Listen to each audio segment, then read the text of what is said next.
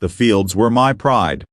I wasn't a rich man, but every stalk of corn that swayed in the wind felt like my victory against life's struggles. For 3 seasons, I had worked from dawn until long after sunset, hands blistered, back aching, praying the weather would show mercy. That harvest wasn't just food. It was my family's survival, our mortgage payment, our future, but the HOA, the Homeowners Association, didn't see it that way. They saw my land as untouched, too rural, too farm-like for their perfectly polished lawns, and at the center of every complaint, every meeting, every letter shoved into my mailbox was Karen. Karen lived 2 houses down. Her roses were clipped into precise spheres, her grass trimmed like military haircuts, and her house smelled of bleach even from the street. She despised anything that didn't fit her picture, perfect view of the neighborhood. My cornfields, an eyesore in her eyes. For months, she harassed me. She showed up at my door demanding I mow it down. She called the county inspectors. She even snapped pictures every week, sending them to the HOA board with long, angry emails. But nothing worked. Because what I was doing was legal. Still, she didn't stop glaring. And I didn't stop growing. That night when the fire came, I knew it wasn't nature. It was deliberate. I woke to the crackling sound outside, the orange glow leaking through my bedroom curtains. My wife screamed, and I bolted out the door barefoot, the smell of smoke choking my lungs. My fields, my entire harvest was ablaze. I grabbed the garden hose, but it was useless.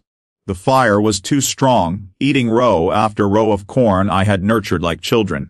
My neighbors gathered, whispering, watching me fight a losing battle. My little boy clutched my arm, crying, "Daddy, the corn." By the time the fire trucks arrived, most of the crop was gone. The firefighters worked tirelessly, spraying water until the flames hissed into smoke. When the fire chief pulled me aside, he asked in a grim tone, "Do you have enemies, sir? Someone who might want this to happen?" I didn't answer right away, but my eyes drifted to the woman standing across the street, arms crossed, pretending to look shocked but failing to hide the smirk tugging at her lips. Karen. And in that moment, I swore I would find the truth. The next morning, the damage looked worse in daylight. Ashes, blackened earth, the smell of ruin. I had lost nearly 80% of my harvest. My wife wept at the kitchen table, bills stacked in front of her. We both knew. Without that harvest, we couldn't cover the mortgage. We might lose everything. I tried to stay strong for my kids, but inside, I was breaking. How could one person's hatred lead to this much destruction? That evening, the firefighters returned. They had finished their report and found something. Accelerant. Someone had poured gasoline in a trail leading from the street, right into my field. This wasn't an accident. This was arson. And then came the twist. A neighbor, old Mr. Henderson, stepped forward. He had security cameras on his porch, and though he didn't like getting into neighborhood drama, he couldn't ignore what he saw. He handed over the footage, and there it was.